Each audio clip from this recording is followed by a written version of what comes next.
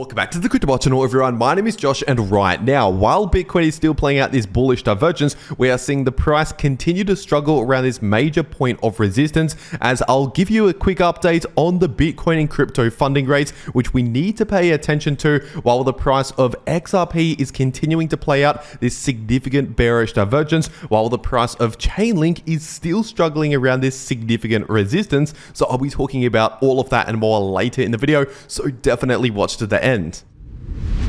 First of all, starting off on the 4-day Bitcoin price chart, and right now the super trend indicator is still sitting in the red, so nothing has changed on this chart over the last 1 day. And if we're taking a look at this weekly Bitcoin chart, of course the weekly Bitcoin MACD is still currently looking more bearish than it is bullish, because we've not yet confirmed a new bullish crossover, but we've potentially already passed the maximum amount of bearish momentum within this bearish movement. And so obviously we've seen this signal flash over the last couple of days, and I've already been preparing you for this signal actually flashing right now over the last 1 week, give or take, because once again, I've been saying we're most likely getting to the point where we've already seen the worst behind us basically, but not necessarily about to flip massively bullish again straight away. For example, what we saw back here or around here, for example, we had already seen most of the bearish price action during the pullback at that point right there, but we didn't really flip massively bullish again until 1 to 2 months later, a couple of months later.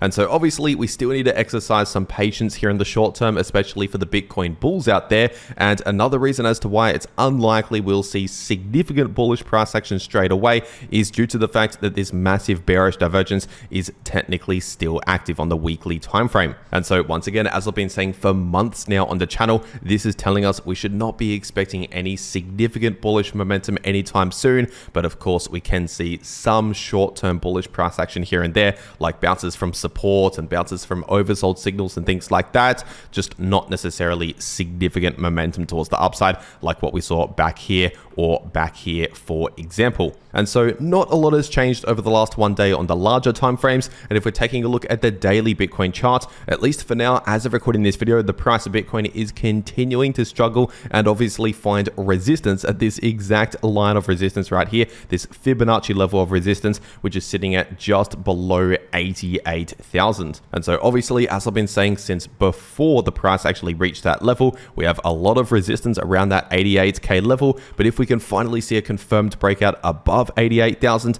in that situation, the next price target, the next point of resistance would be sitting at around 91,500, close to 92,000. And above that level, then I'll be watching around 96,000. And as for support, at least based on this chart right here, we have a lot of support at close to 83,000 approximately. And if we're taking a look at this 3-day Bitcoin price chart, obviously, as I've recorded in this video, we're still running into this area of resistance sitting in between around 86,000 to 88,000. And so obviously that 88K level is still the level to watch here in the short term when it comes to resistance. But if we can finally see a confirmed breakout with at least a daily candle close, but ideally a 3-day candle close confirming above 88,000, then in that situation, we would likely see a move up towards around 96,000, at least based on this chart right here. But remember, we also have a bit of resistance at around 91.5 to 92K.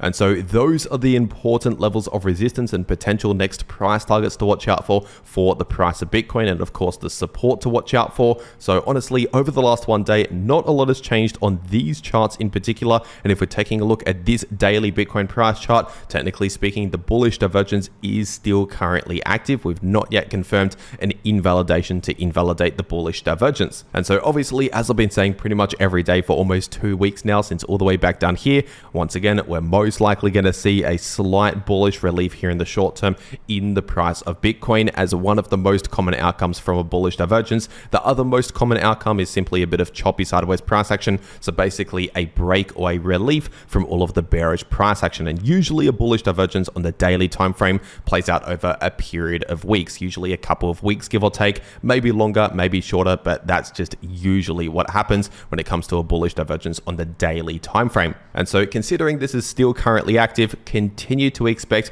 basically the price action that we've seen over the last 1 week approximately moving forward, at least over the next few days, possibly over the next 1 week, give or take, considering we've not yet confirmed an invalidation signal to invalidate the bullish divergence once again. And if we're taking a look at this 4-hour Bitcoin price chart, at least for now, while that larger bullish divergence on the daily time frame is playing out, here zoomed into the short term, taking a look at the 4-hour time frame, we are currently forming an ascending parallel channel, which is technically a short-term bullish trend, because obviously, at least for now, at least just on this time frame right here, once again, we're currently forming higher lows and higher highs, which is technically bullish price structure, at least on the 4-hour chart once again. And as for support and resistance, based on the parallel channel, we have support at roughly around 84,000 and also more support at around 86,500, which so far we have seen a couple of bounces from. And as for resistance, based on this previous rejection, we do have resistance at around 88,500,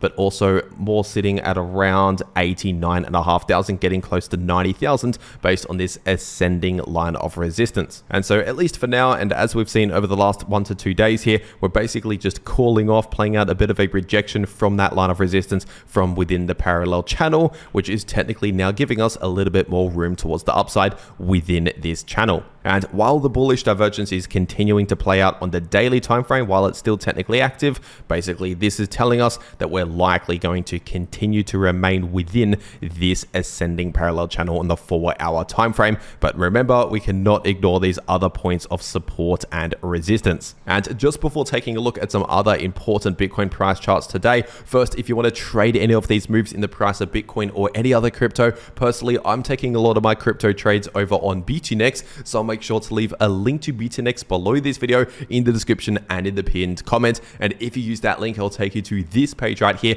where you can claim some massive trading bonuses simply just by trading crypto using that link. And so, for example, simply by using the link below this video to BTNX, you can get up to a $23,000 bonus onto your BTNX account just by trading crypto. And you can also get some other trading rewards here, like a brand new MacBook or a brand new iPhone or 100 USDT bonus or a holiday, a paid for holiday to Dubai, if that's your kind of thing. And once again, all of this is just by simply trading crypto. So if you're going to be trading crypto anyway, you might as well check this out. Once again, first link below this video. And in case you're wondering, BTNX is a no KYC exchange, which means you can access it from basically any country in the world without needing any KYC. But as always, check your local regulations when it comes to trading crypto. And for whatever reason, if you don't want BTNX as an exchange, there's also 2bit as another option out there, another exchange that I also trade on. So I'll also make sure to leave a link to 2bit below this video as well. And in case you're wondering, 2bit is also a no KYC exchange. But with that being said, taking a look at the Bitcoin liquidation heat map,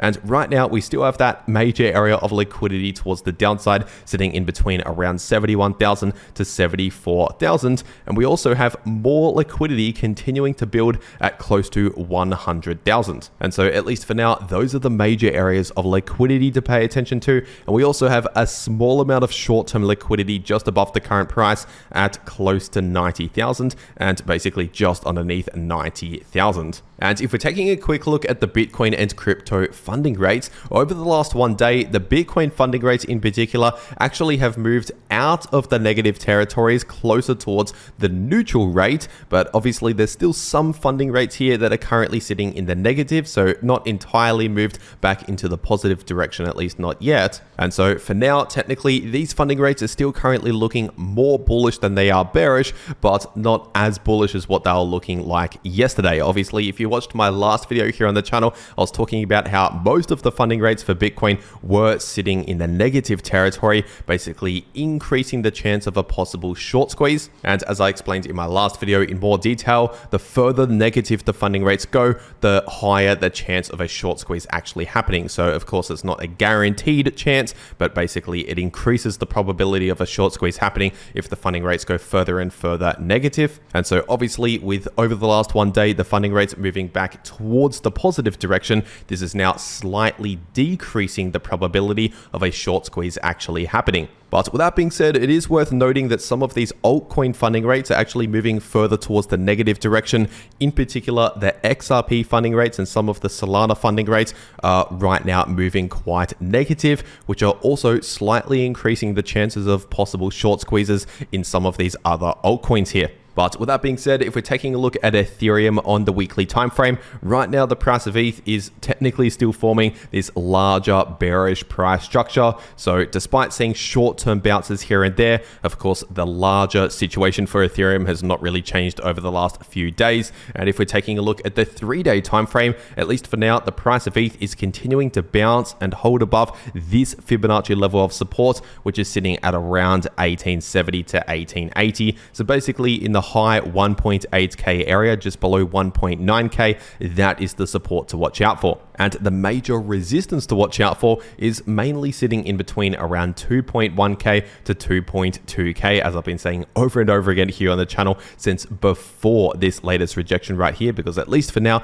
we have just seen one pretty much perfect rejection from almost exactly 2.1k. And if we can finally see a confirmed breakout above 2.2k with at least a candle close, but ideally actually holding above that area as new support, then in that situation, the next short-term price target would be sitting at around 2,500. And if we break that level, we could possibly see a relief all the way up towards around 2.8k. But obviously, if we first break below these other levels, in particular 2.1k to 2.2k, currently acting as major resistance. And so until we actually see that signal confirm, at least for now, the current situation in terms of the trend or momentum for now is currently more bearish than it is bullish, as we can see. And obviously here on the larger time frames, we are technically still forming a larger bearish trend despite seeing short-term bounces. And if we're taking a look at the price of Solana on the weekly time frame, it's a similar situation for Solana. We're currently bouncing from very important support,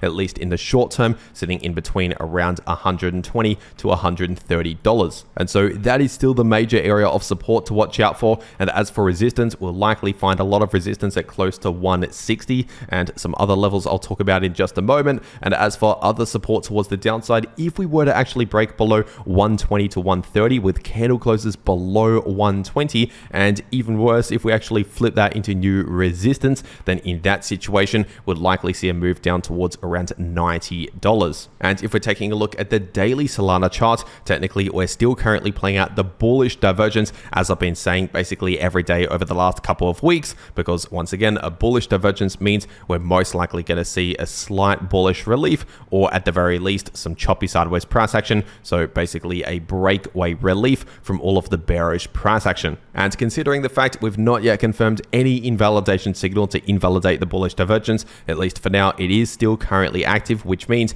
continue to expect the type of price action that we've seen over the last 1 to 2 weeks moving forward, at least in the short term, until we eventually confirm an invalidation signal, like for example, a breakdown in the RSI below some of these previous lows and below this ascending line of support. And as for short-term resistance to watch out for, we do have a decent amount of resistance at around 148 approximately. It's basically in between around 148 to 149. And already we have just seen one short-term rejection from very close to 148, further proving that as short-term resistance. And above that level, we have more resistance at roughly around 170. And if we're taking a look at the price of XRP on the 3-day time frame, at least for now, XRP is still playing out this massive bearish divergence, as I've been saying for months now on the channel. So once again, this is telling us to not expect any significant bullish momentum anytime soon. But of course, we can see some short-term bullish price action here and there, just not necessarily massive sustained momentum towards the upside. And so not a lot has changed on this chart over the last 1 day.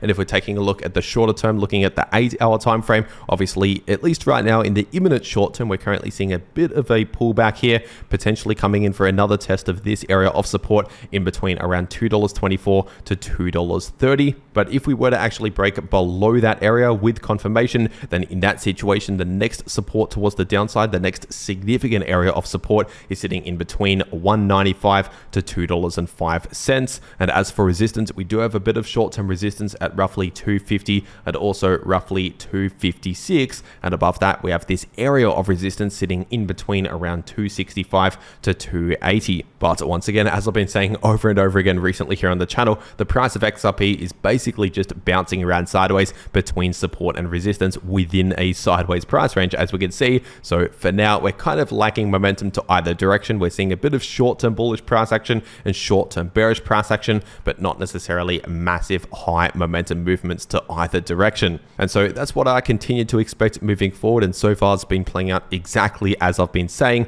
And if we're taking a look at the price of Chainlink on the daily time frame, right now Chainlink is continuing to struggle in this exact golden pocket area of resistance based on previous support, as we could see, sitting in between around 1490 to 1550. But technically speaking, the bullish divergence on the daily Chainlink chart is still currently active. So at the same time as the price running into resistance, it's still trying to play out the bullish divergence, which is why we're not necessarily seeing a massive rejection like this. For example, we're still hanging around this area. And if we can eventually break out above this area with confirmation, I'm talking at least a daily candle close confirming above 1550 and ideally holding that as new support, then in that situation, the next price target towards the upside would be sitting at around 1750 approximately, based on this retracement level and also previous significant support and resistance. And the longer the price of Chainlink actually stays around this area of resistance, the weaker this resistance will actually get, because basically how this actually works, what it actually means